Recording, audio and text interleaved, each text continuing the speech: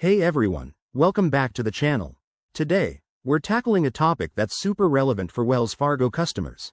How to overdraft your account in 2025. If you've ever wondered what happens when you spend more than you have, or how to set this up safely, you're in the right place. Let's dive in. First off, what's an overdraft? Simply put, it's when your bank lets you withdraw or spend more money than is in your account, essentially covering the difference for you. But here's the catch, it's not free. Wells Fargo, like most banks, charges fees for this service, which can add up quickly. In 2025, Wells Fargo has updated their policies to make overdraft protection more transparent, so let's break down how to manage it. Step 1. Log into your Wells Fargo mobile app or online banking portal. This is the easiest way to check and adjust your settings. Look for the Account Services or Overdraft Protection section. You'll need to verify your identity, so have your login details ready. Step 2. Review your options.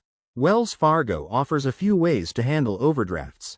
You can link a savings account or credit card for automatic transfers, or opt for their overdraft line of credit. In 2025, they've introduced a new feature where you can set daily limits to avoid excessive fees, super handy. Step 3. Decide if you want to opt in or opt out.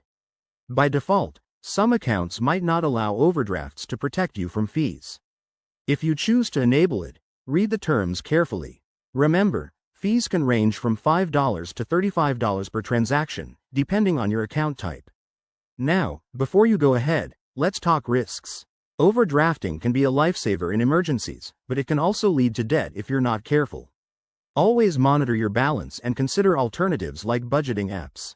Wells Fargo's 2025 updates include better alerts via text or email, so use those to stay on top of your finances.